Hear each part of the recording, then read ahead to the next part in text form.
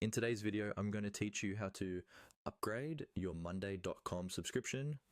By the end of this walkthrough, you'll know exactly where to go in your account, what to click, and how to move to a higher plan with confidence. Let's start from your monday.com workspace. Make sure you are logged into the correct account, and keep in mind that you usually need to be an account admin to make subscription changes. If you do not see some of the options I mentioned, you may need to ask an admin on your team to follow these steps. First, look toward the top right corner of your monday.com screen. You'll see your profile icon, which is often a small circle with your initials or a profile picture.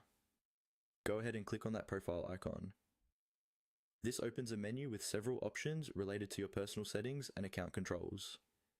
From this drop-down menu, find and click on the option labeled Administration. This is the main area where you can manage settings for the entire account, including users, security, and of course, billing. When you click on Administration, you will be taken to a new page with an admin sidebar or menu.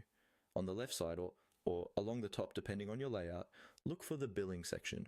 Click on Billing to open all of your subscription details. This is where you can see information such as your current plan, renewal date, and payment method. It is always a good idea to quickly review this page so you understand what you are currently paying for before you upgrade. Within the Billing area, locate the tab or section called Overview.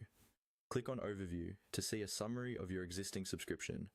Here, monday.com typically shows your current plan name, the number of seats or users included, and sometimes an outline of what features are available on your plan. Take a moment to confirm that this is the account and plan you want to change.